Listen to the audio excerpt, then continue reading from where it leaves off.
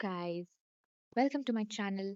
इस चैनल पे हम सबसे पहले डिस्कस करेंगे 10th स्टैंडर्ड के कुछ ऐसे मिथ जो आपको हमेशा सुनने को मिलते हैं but which are actually a myth. सबसे पहली मिथ जो सुनने को मिलती है कि 10th बोर्ड्स होता है ना, वो टफ होते हैं। एक्चुअल में बताओ कि 9th स्टैंडर्ड से ना मेरे को 10th ईजी लगा है।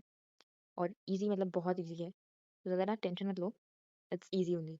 सेकंड जो मैंने सुना है विच इज़ नो मस्ती, मतलब आपको कोई भी तरीके की मस्ती करने नहीं मिलेगी, which is absolutely wrong, which is literally a myth. मैंने जितनी मस्ती 10th स्टैंडर्ड में की है, जितना घुमा-फिरा होगा, उतना मैंने कभी नहीं घूमा है।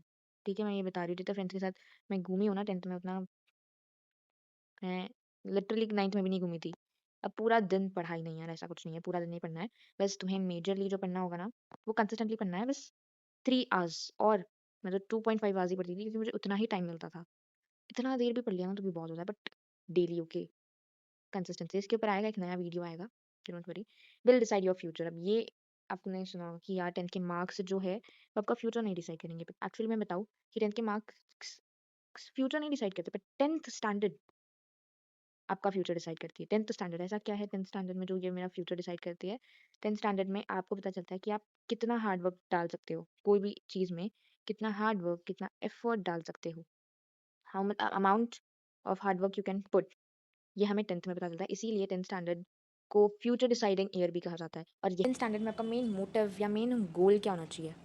मेन गोल यही होना चाहिए कि हमारा जो कंसेप्ट है वो क्लियर होना चाहिए, और प्रैक्टिस ढेर सारी करनी है, क्योंकि प्रैक्टिस से कंसेप्ट क्लियर होता है। प्रैक्टिस, कंसेप्ट और प्रैक्टिस जो है, ये दोनों डायरेक्टली प्रोपोर्शनल। जितनी प्रैक्टिस आप करोगे, प्रैक्टिस 10% करते हो, कंसेप्ट भी 10% क्लियर होता है। तो ये ऐसी ऐसी चीज़ है कंसेप्ट और प्रैक्टिस की, जितना ज़्यादा प्रैक्टिस करोगे उतना ज़्यादा कंसेप्ट क्लियर होगा। इसीलिए कंसेप्ट और प्रैक्टिस एक दूसरे पर डिपेंड करते हैं। 11th-12th के लिए आपका फाउंडेशन क्लियर होता है, या बेस बनता है, आप ये भी कह सकते हो इसको कि फाउंडेशन या बेस, ये आपका अच्छा होता है, क्लियर होता है। ओके, एंड लास्ट में है वो होता है नॉलेज।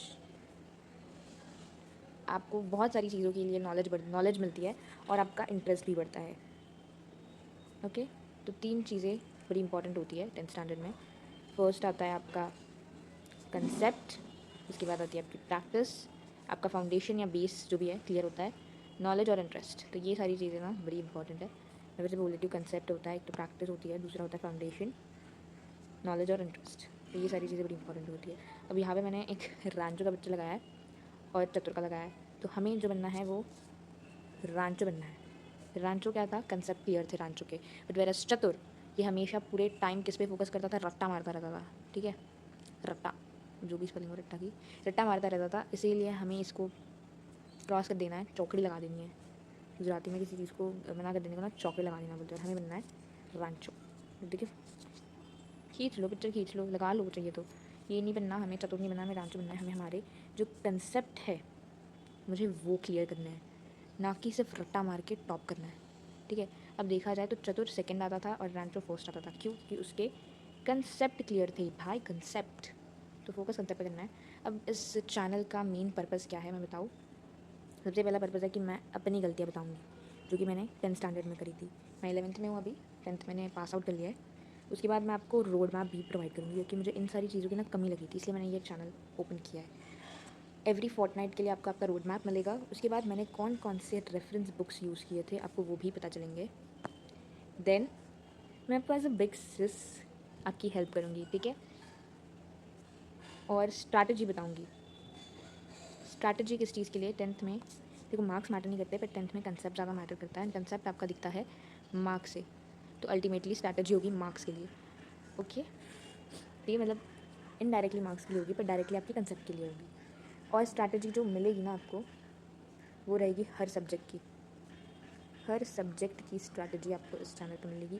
और मैंने ना 10th स्टैंडर्ड में बहुत देखा था कि ये जो चीज़ें सारी चलती थी ना, ये एंड मोमेंट पे बहुत सारी चीज़ें बताते थे। जैसे 2 महीने पहले बता दिया, 9 महीने तो नहीं, 2 महीने पहले बता दिया, 6 महीने पहले बता दिया। पर मैं आपको स्टार्टिंग पॉइंट से लेके एंड तक बताऊंगी, क्योंकि अभी जो CBSE है ना, वो कंसेप्ट पे ज़्यादा फोकस कर रहे हैं। आपका कंसेप्ट तभी क्लियर होगा जब हम स्टार्टिंग से लेके एंड तक पूरी अच्छे से मेहनत करेंगे। ओके, सो इसीलिए for the strategy if you want, please subscribe to the channel. And अगर आपको वीडियो पसंद आई होगी तो लाइक बटन को हिट कर देना यार। and all the best for your 10th future. And I'll be there with you for your 10th standard. Okay, bye bye.